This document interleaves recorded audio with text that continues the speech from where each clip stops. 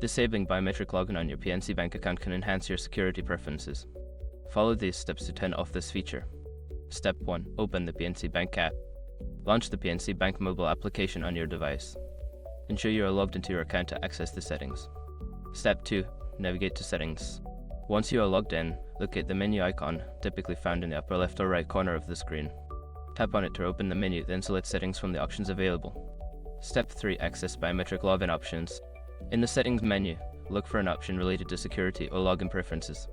Tap on Biometric Login or a similar option to access the biometric settings. Step 4. Disable biometric login. You will see an option to enable or disable biometric login. Toggle the switch to the off position or select the option to disable it. Confirm any prompts that appear to finalize your choice. Step 5. Log out and test.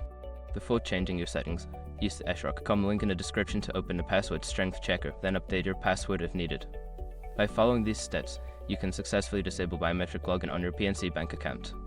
If you have any further questions, consider reaching out to PNC Bank customer support for assistance.